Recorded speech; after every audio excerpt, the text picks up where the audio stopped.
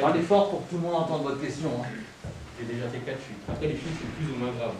Il y a des chutes qui vont juste un peu vous brûler. Donc, moi, j'ai déjà été brûlé du haut du dos. Et après, il y a des chutes où là, c'est vraiment beaucoup plus grave, donc il n'y a pas de mort. Et moi, j'ai déjà un collègue, par exemple, qui a subi une grève de l'épaule. Donc, il a perdu un morceau d'épaule. Il a chuté, son épaule elle est sortie. Et en fait, il y a un morceau de son épaule qui est parti. Du coup, il a été arrêté pendant 1 an et il a pris un bout de la hanche et on lui a recousé à l'épaule. Qui arrête le bob. Tout simplement, en fait, vous tirez sur une sorte de râteau. Il y a deux barres qui sortent comme ça. Vous tirez, en fait, il y a comme un râteau qui vient frotter la glace et c'est ça qui nous permet d'arrêter le bob. Mais par contre, du coup, il faut connaître la piste par cœur. Parce que vous êtes blessé tout le long de la descente. Du coup, si vous ne connaissez pas la piste, si vous freinez en plein milieu de la piste, vous avez une amende. Et si vous ne freinez pas, bah, là, c'est vous et votre bob. Question 6e, 5e. Qui t'a aidé à faire cette profession? Qui m'a aidé? C'était un long cheminement. Vous voulez savoir mon parcours? Ah, c'est ça, d'accord. Alors, en fait, j'étais à votre place, pour commencer. J'étais étudiant. J'étais au collège ici. Et en 5e, en 6e, en fait, je faisais des danses. Ça arrive beaucoup de fois.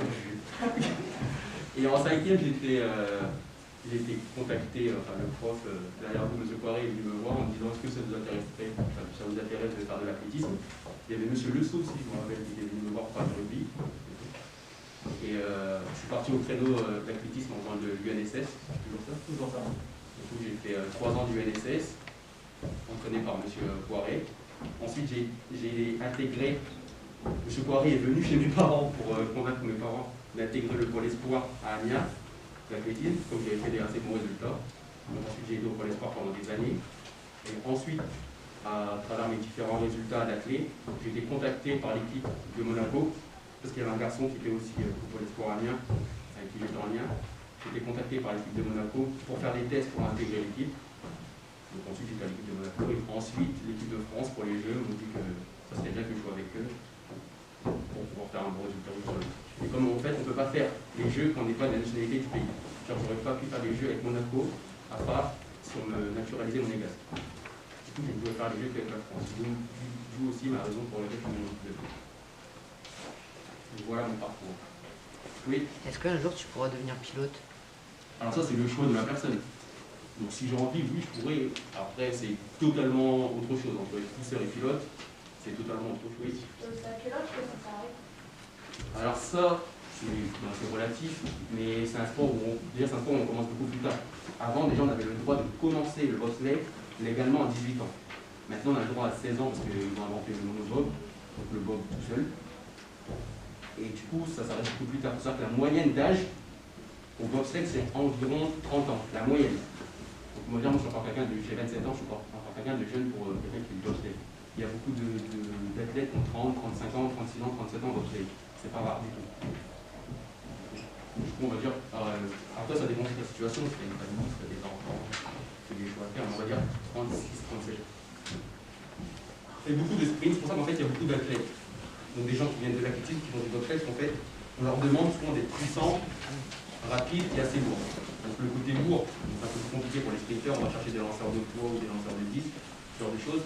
Mais sinon, du coup, on peut faire des sprints, de muscu, on va faire énormément de musculation et de pliométrie. Vous savez c'est quoi cette pliométrie? C'est des enchaînements de ce genre de choses. On saute de là, là, on va se... Okay. La plupart du temps, c'est ça. Et ensuite, on fait aussi les entraînements du coup avec le bob, donc des descentes, mais là, c'est plus pour le pilote. Ça dure combien de temps ces entraînements? On va dire à peu près 1h30, 2 heures. 10 par semaine. 2 par jour. 2 par jour. Merci d'être venu.